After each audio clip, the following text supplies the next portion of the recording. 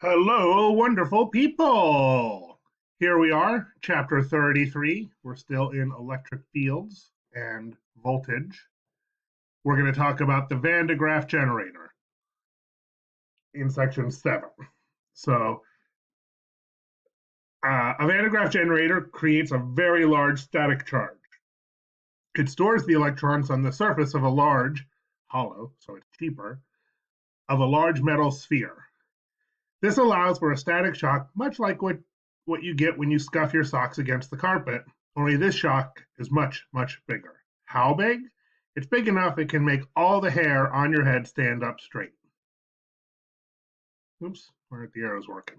There we go, like that. You can see her fingers touching that one there. There's another one. And yes, it works better on long straight hair, like that. That's probably the most standish one.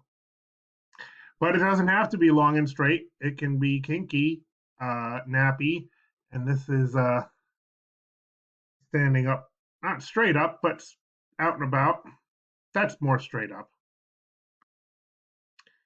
And even us old men can have our short, boring hair standing up straight. I think I'll just read this. A common laboratory device for building up high voltages is the Van de Graaff generator. This is the lightning machine often used by evil scientists in old science fiction movies. How old? Black and white old. And even older than that. Static shocks don't photograph well, so the special effects crew usually made the shocks in the movie. But audiences didn't know that, and back then Van de Graaff generators were fairly widely known. It was a it was kind of a it was kind of like a circus. They would travel around, visit towns, and people would pay to see the show. Nowadays, you can go to any science museum in the country and see the same show people paid to see 100 years ago. So there's a fine picture of a huge static shock getting the guy who's already smoking. He's been hit a few times apparently. This is there's the metal sphere, and that's the insulator, and this coil, and there's a spool under the desk, and another metal sphere over here. All this stuff would have been very familiar to the people who went to see this movie. There's another insulator with a metal sphere on top. So you look at this and you're like, wait, what's all this junk?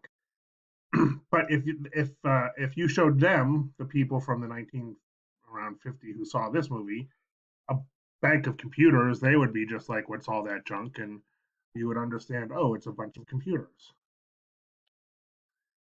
So there's one of the most famous electric shocks. There's Actually, that's Frankenstein. That's Igor, and this is the monster, who never had a proper name. So everybody called him Frankenstein's monster, and eventually they called the monster Frankenstein instead of the doctor. So he's got his hand on a switch, and there's an insulator.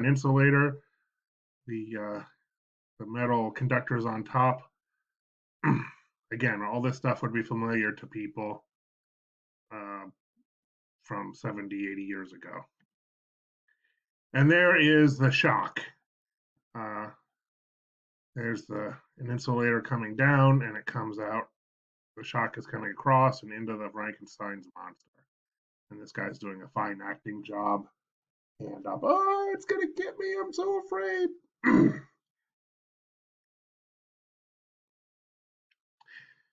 This was a different movie. This was a death ray.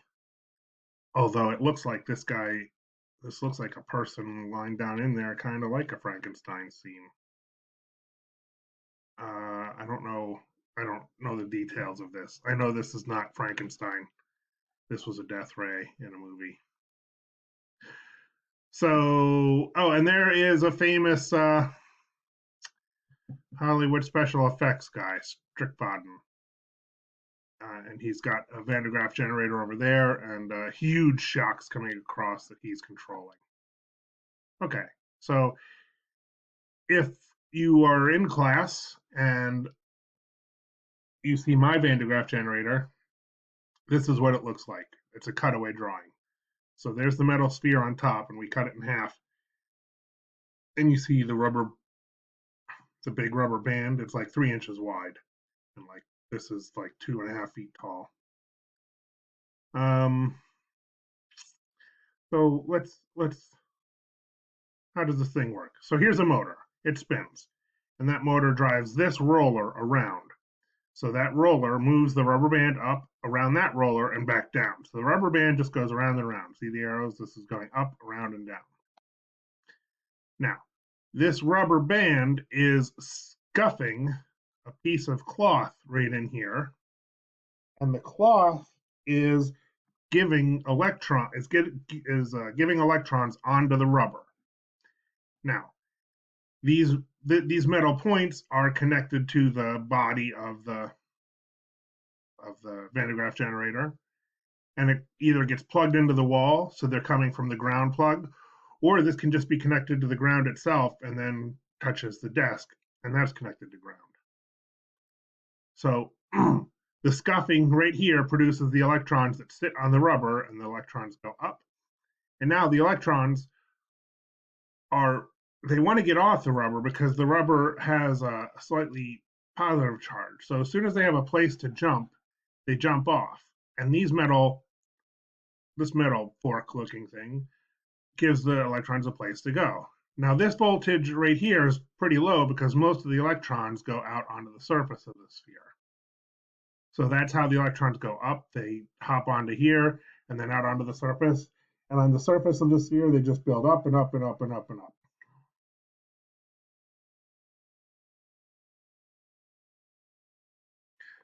A large hollow metal sphere is supported by a cylindrical insulating stand.